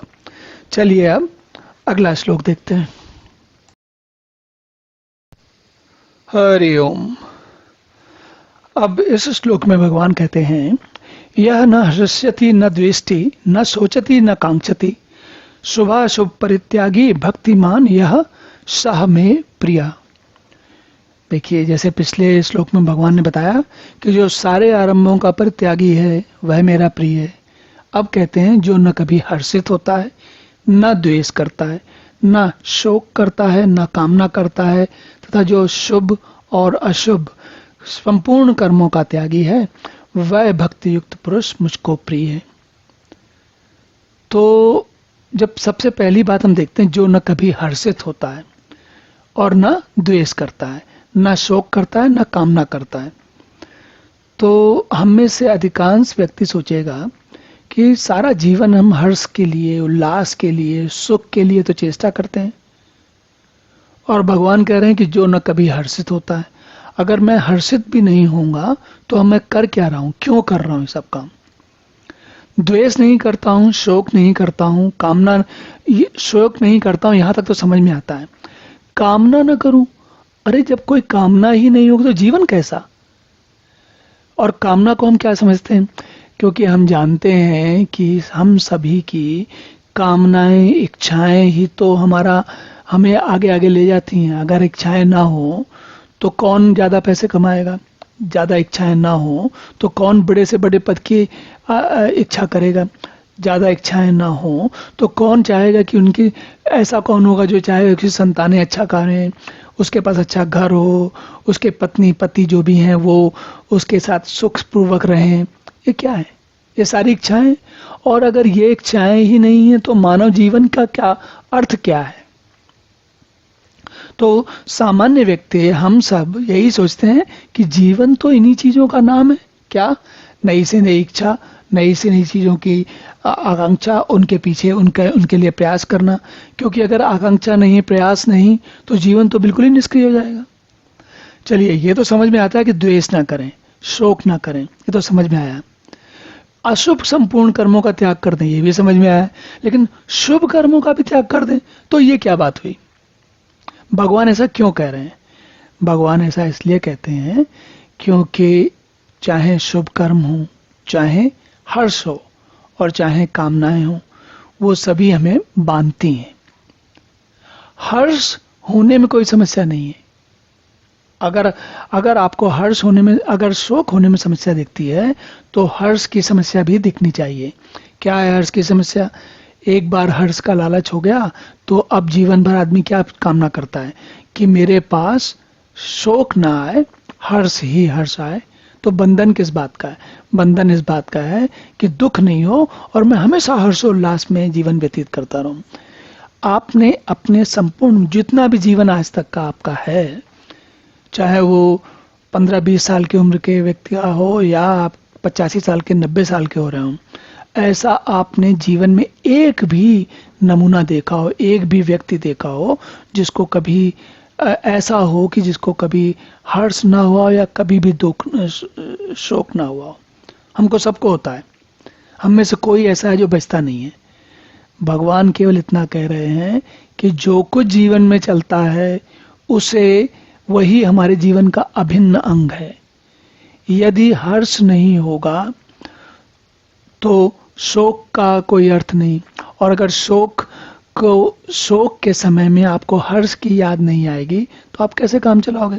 तो हर्ष और शोक, कामनाएं, शुभ अशुभ, ये सभी चीज जीवन के अंग हैं। और जीवन के अंग होते हुए भी जो मनुष्य इन सभी को ये मान के चलता है कि ये तो हमारे जीवन में आएंगी, अगर आएंगी तो जाएंगी भी, ऐसा संभव नहीं है कि आने के बाद कोई दुख है, कोई व्यक्ति मान लीजिए उसको कोई दुख है, तो यह संभव नहीं है कि वह दुख उसके साथ जीवन पर्यंत लगा रहे। अब आप सोचेंगे, आप कहेंगे, देखिए तर्क कर सकते हैं हम। कैसा तर्क कर सकते हैं इस बारे में? हम कह सकते हैं कि मान लीजिए 40-45 साल का व्यक्ति है और उसका 17-18 साल का एक बच्चा, लड़का है, लड़की कोई है, उसको कोई दुर्घटना हो जाती है, उसके कारण उसका कोई अंग भंग हो जाता है या जीवन छूट जाता है, दोनों में से कोई है, दुखद घटना है, और तो आप कहेंगे अब तो मुझे जीवन भर इस बात का शोक रहेगा। बात सही है, आपको उसके बारे में दुख रहेगा, शोक रहेगा, लेकिन यह संभव नहीं है कि वह शोक, वह दुख आपके साथ हर क्षण हर पल रहे। चाहे कैसी भी स्थिति क्यों ना हो, एक समय आएगा कि आप भूल जाएंगे, या उसको हर वक्त अपने साथ चिपकाए नहीं रहेंगे, चाह के भी नहीं चिपका पाएंगे आप। जीवन, मनुष्य का जीवन है ही ऐसा। तो भगवान क्या कह रहे हैं, जो इन सबसे विरक्त है वही मुझ में मन लगा पाएगा। जिसको इन चीजों में उलझा हुआ है उसको मेरी याद कब आएगी। चलिए अब अगला श्लोक देखते हैं। हरि ओम। तो अब भगवान आगे कहते हैं, समः शत्रौ च मित्रे च तथा मानापमानयोः शीतोष्ण सुख दुखेषु समः संग विवर्जिता। जो शत्रु मित्र में और मान अपमान में सम है तथा सर्दी गर्मी और सुख दुखादि द्वंद्वों में सम है और आसक्ति से रहित है, वह मेरा भक्त है। देखिए, इस अध्याय में, ये भक्ति योग वाला अध्याय है, और इस अध्याय में भगवान बार बार अपने भक्तों के बारे में बता रहे हैं। और हमने देखा था कि भक्त जो है ये भज धातु से बना है, और भज धातु का अर्थ होता है कोई ऐसी चीज जिस पर हमारा बार बार ध्यान जाए, उसको कहते हैं। जिस पर हमारा बार बार ध्यान जाता है उसको हम कहते हैं हम इसको भज रहे हैं। और किसी बात का बार बार ध्यान करना ही भजन कहलाता है। तो भज धातु से बना है भक्त, और भक्त का अर्थ है जो किसी बात का बार बार ध्यान करे। अब भगवान क्या कह रहे हैं, कह रहे हैं कि जो शत्रु मित्र में और मान अपमान दोनों में सम है। सम है मतलब एक जैसा भाव रखता है। सर्दी और गर्मी, सुख दुख, शीतोष्ण दुख, शीतोष्ण, शीत मतलब ठंडी और उष्ण मतलब गर्मी। सुख दुखेषु, सुख या दुख दोनों सब में समय रहता है, एक जैसा रहता है।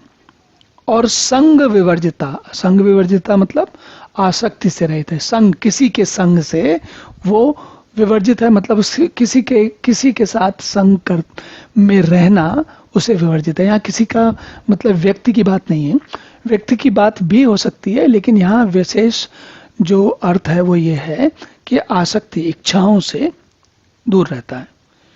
तो भगवान ने ये बात गीता में बार बार अर्जुन को यही समझाई है, और हमें भी यही समझाई है।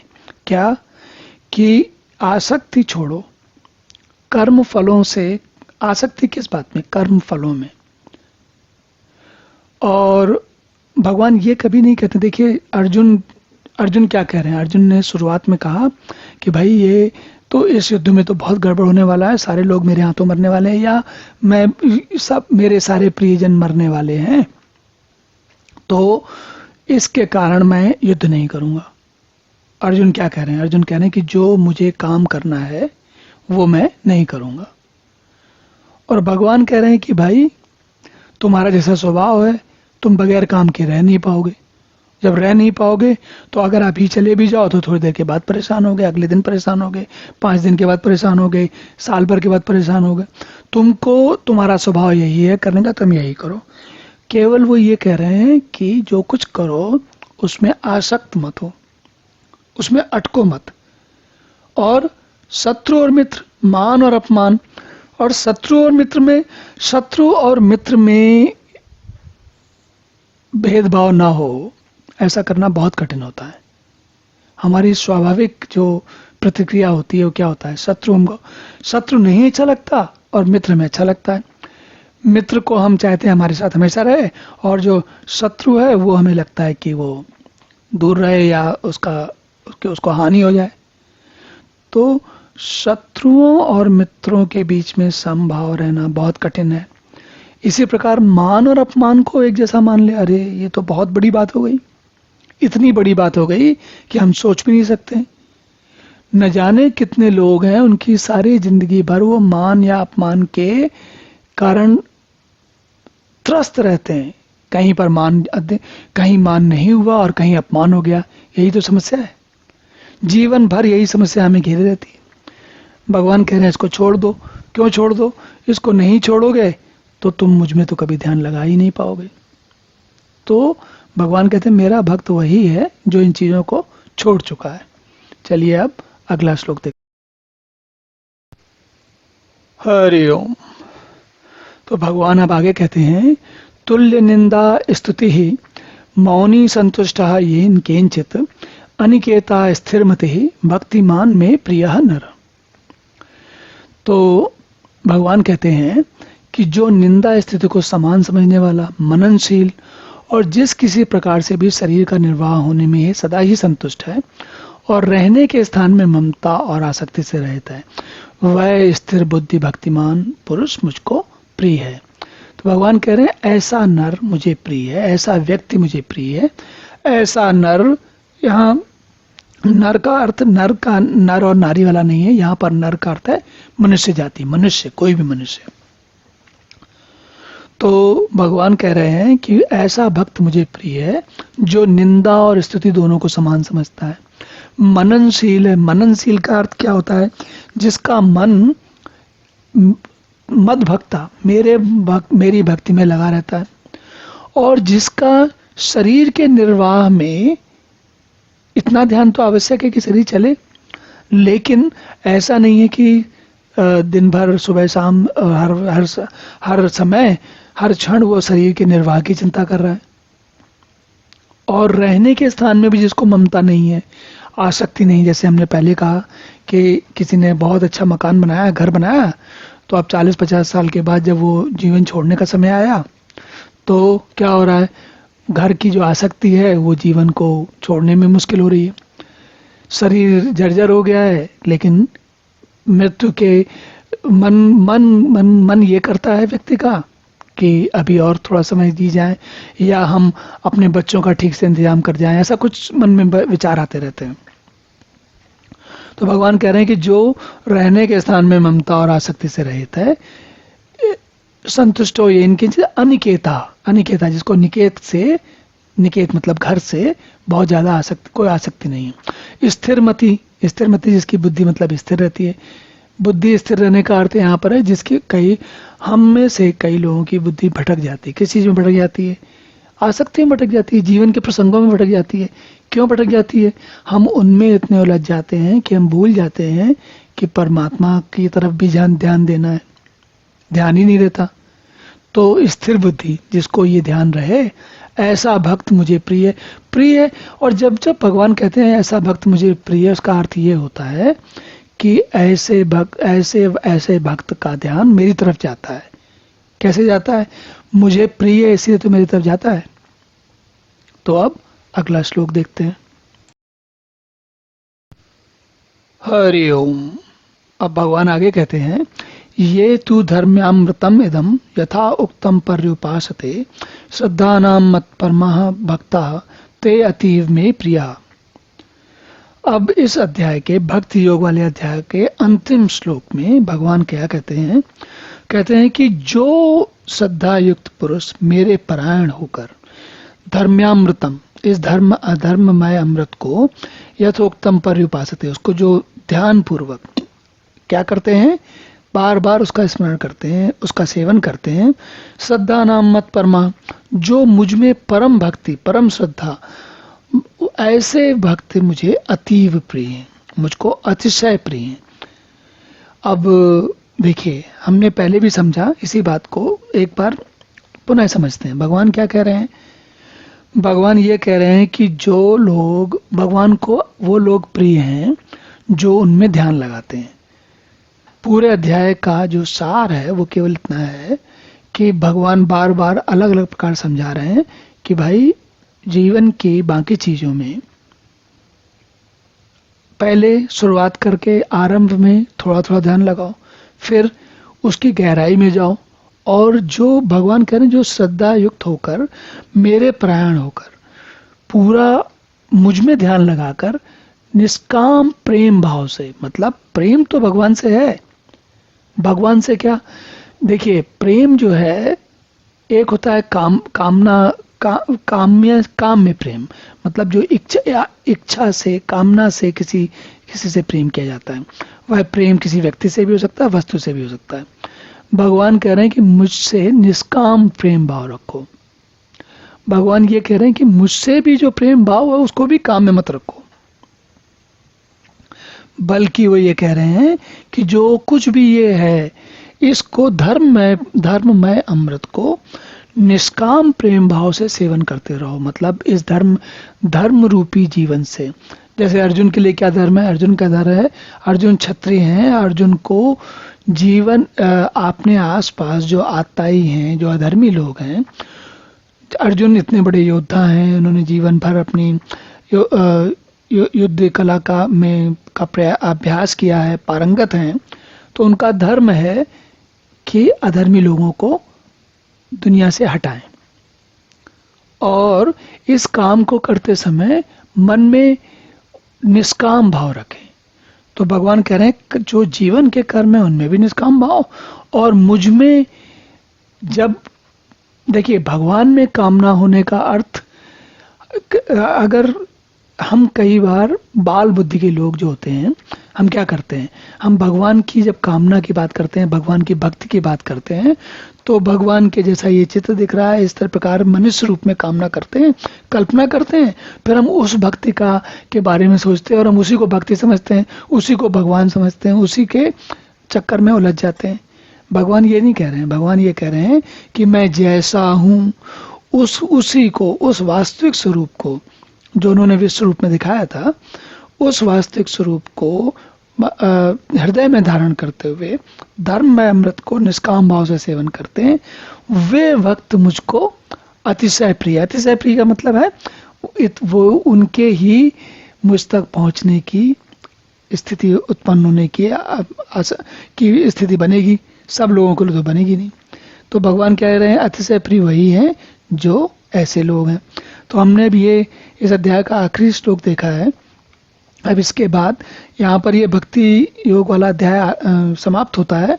अब इसके बाद हम अगले अध्याय में क्षेत्रक विभाग योग वाले में पुनः मिलेंगे। ओम पूर्णमदः पूर्णमिदं पूर्णात् पूर्णमुदच्यते पूर्णस्य पूर्णमादाय पूर्णमेवावशिष्यते। ओम शांति शांति शांति।